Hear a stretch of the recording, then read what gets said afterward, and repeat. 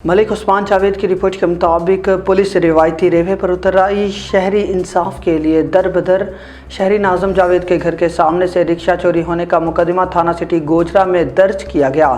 Police एहलकार आए रोज़ खर्चा की डिमांड करते हैं। डीपीओ टोबा आरपीओ नोटिस लें, फैसलाबाद से अपडेट दे रहे हैं। रिक्शा चोरी का मुकदमा दर्ज करवाने वाला शहरी पुलिस से लुटने पर मजबूर। तफ्तीशी अफसरान आए रोज़ खर्चा की डिमांड करते हैं।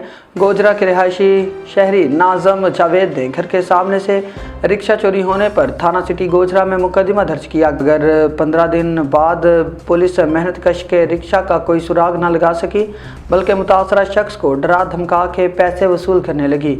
शहरी ने डीपीओ टोबा आरपीओ फैसलाबाद से नोटिस की अपील करते हुए कहा कि शहरी को इंसाफ की फराहमी को यकीनी बनाया जाए।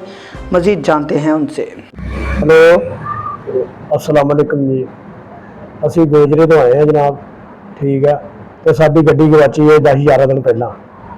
असी थाने रिपोर्ट भी लिखाई है तो बरल कोई सुर सराग नहीं है। असी बहुत माड़े बंदे हैं तो इस टाइम असी वेले हैं। तकरीबन 10-11-12 दिहाड़ियाँ टुट गई ने।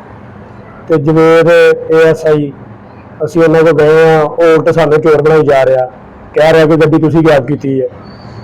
तो असी तो माड़े बंदे हैं, असी गड्डी अपनी क्यों गैब करनी है। असी इन्ने हथलों गए हैं अपनी रोजी तो, ठीक है।